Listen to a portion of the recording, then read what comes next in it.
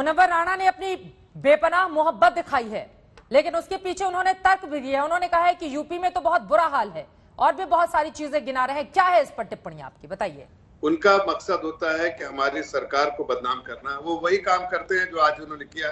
पिछले दिनों में भी अगर आपके पिछले 8-10 स्टेटमेंट उठा के देखिए तो हर स्टेटमेंट में एक ही झलक रहती है कि जब भी मौका मिलता है तो सरकार को कहीं ना कहीं बदनाम करने का काम, गलत बयानी से काम लेने का काम ये करते हैं। लेकिन मैं एक बात बोलना चाहता हूँ, ये वो लोग हैं जिनको किसी ने परमिशन नहीं दी है, किसी सरकार ने इनको कहने को नहीं कहा है। ये खुद ब खुद अब इस तरह से पब्लिक में आके स्टेटमेंट दे रहे हैं। देखिए, ये तालिबान से मोहब्बत नहीं है, बल्कि वो लोगों की तरफ इशारा है, वो लोगों को आईना दिखाना है जो तालिबान को बुरा भला कह रहे हैं। तालिबान के जो पॉलिसीज के खिलाफ में अपनी आवाज उठा रहे हैं। यकीनन तालिबान के जो पॉलिसीज है, जो जिस तरह से उन्होंने पिछली हुकूमत में अपनी 90s में जो हुकूमत की थी 2001 तक, उस वक्त के उनके जो हालात थे उस पर जो टिप्पणी करी जा रही है। लेकिन उनको दूसरों को भी आईना दिखाने की जरूरत है कि कौन लोग हैं जो इस तरह की बात कर रहे हैं। वो लोग जो बेंगलुरु में वैलेंटाइंस डे के ऊपर औरतों पर हमला करके उनके पब में उनको मारा पीटा गया, वो लोग जो सरेआम बॉम्बे की चर्च गेट के पास लोगों पर हमला किया, क्या वो लोग हैं जो जिस मुमालिक का वजूद ही आया हिंसा के ऊपर? अगर आप अमेरिका का ख़ियाम का अगर आप देखें, हमारे वहां हिंदुस्तान में कादरी साहब इस तरह की हरकत जो भी करता है उसके लिए सजा मुकम्मल की जाती है। बिलाल हम कोई तालिबान का समर्थन नहीं कर रहे हैं। जिस तरीके से इस देश में तालिबानी सोच पनप रही है उसको पूरा देश, पूरी दुनिया देख रही है। पिंकी चौधरी जो आपके चैनल पर बैठा था वो मुसलमानों को गर्दन काटने की बात करता है हमारे देश के अंदर। क्या हम देश से नहीं है? अब सुनिए, इस देश के इसी चैनल पर बैठाकर हमने पूछा था सवाल कि उसके खिलाफ कार्रवाई क्यों नहीं की जा रही है। यही पर सुनिए, इतनी आजादी इसी देश में है, इतनी आजादी इसी देश में है कि यहाँ पर अगर नारेबाजी होती है जंतर मंतर पर तो तुरंत लोगों की गिरफ्तारी कर ली जाती है। बिलाल खान, होता है क्या ऐसा तालिबान के राज में? होता है क्या तालिबान के राज में ऐसा? बोलने के लिए सोचते नहीं हैं आप लोग। मैं आपको बताता हूँ, दानिश सिद्दीकी कौन था जो फोटोग्राफर? यही बताइए ना, दानिश सिद्दीकी कौन था जो फोटोग्राफर था? उसको किसने मारा? किसने मारा? अफगानिस्तान में तालिबान ने मारा। और ये चीजें क्यों नहीं कही जाती आप लोगों के मुंह से? आप लोग जश्न क्यों मना रहे हैं जब तालिबान को लेकर पूरी दुनिया चिंतित है? हथियारों के साथ कोई किसी पर राज करता है, जनता को ऐसे खौफ में डालता है। पूरी दुनिया इसको लेकर चिंतित है और इमरान खान कह रहे हैं कि गुलामी की बेड़ियों से आजाद हो गया अफगानिस्तान। सीधा जवाब यह है कि अफगानियों ने लड़ाई लड़ी है और जीते हैं। 20 साल की जद्दोजहद के बाद जीते हैं।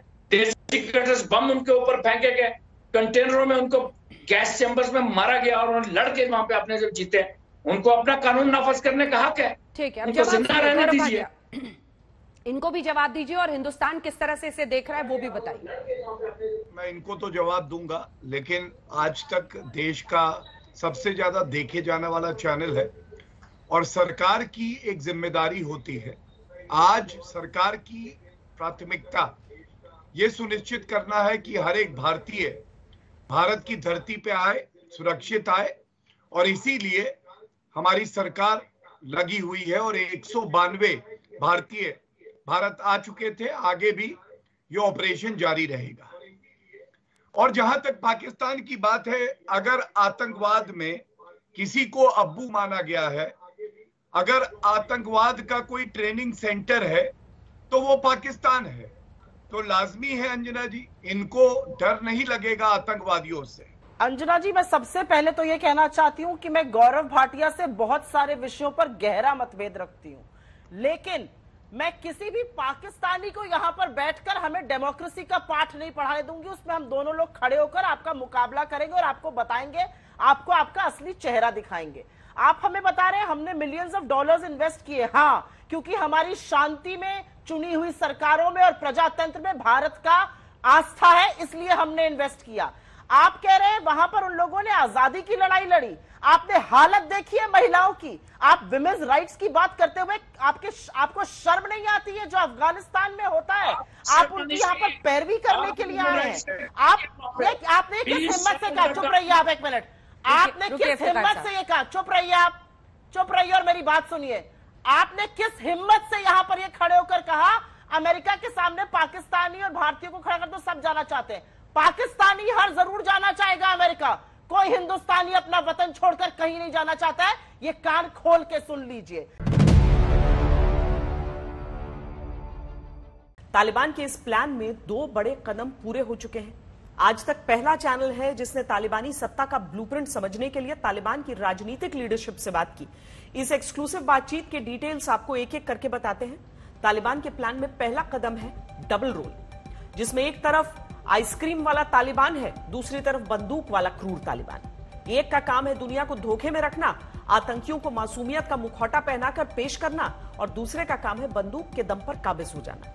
5 दिन में तालिबान ने विरोधियों पर वार किए, सड़कों पर दहशत फैलाई, लेकिन दुनिया को वही दिखाया जो दुनिया देखना चाहती है। दूसरा कदम है तालिबानी हुकूमत का पावर चार्ट, जिसमें काउंसिल और लीडरशिप से जुड़ी सारी आशंकाएं दूर करने का प्लान है। यह बन चुका है।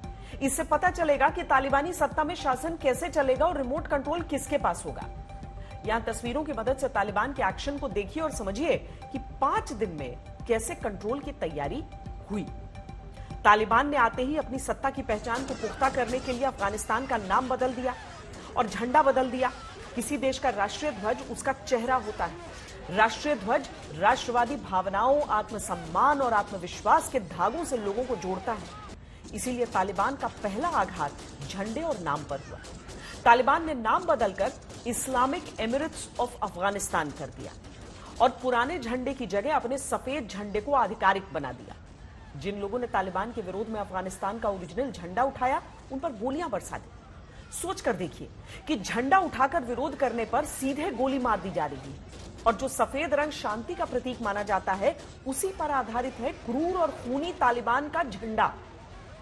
इसके साथ ही तालिबान ने साफ कर दिया है कि अब अफगानिस्तान लोकतंत्र नहीं, यहां इस्लामिक हुकूमत चलेगी। वैसे भी 2020 में 167 देशों के डेमोक्रेसी इंडेक्स में अफगानिस्तान 139वें नंबर पर था, और अब तो वो इस लिस्ट के आखिरी हिस्से में नॉर्थ कोरिया के साथ नजर आएगा। अफगानिस्तान के कानून शरीयत के हिसाब से चलेंगे, शरिया के आदेश ही सर्वोपरि होंगे, यानी वही होगा जो होता आया है। तालिबान का डबल रोल दुनिया ने देख लिया है, उसकी एक्टिंग पकड़ ली।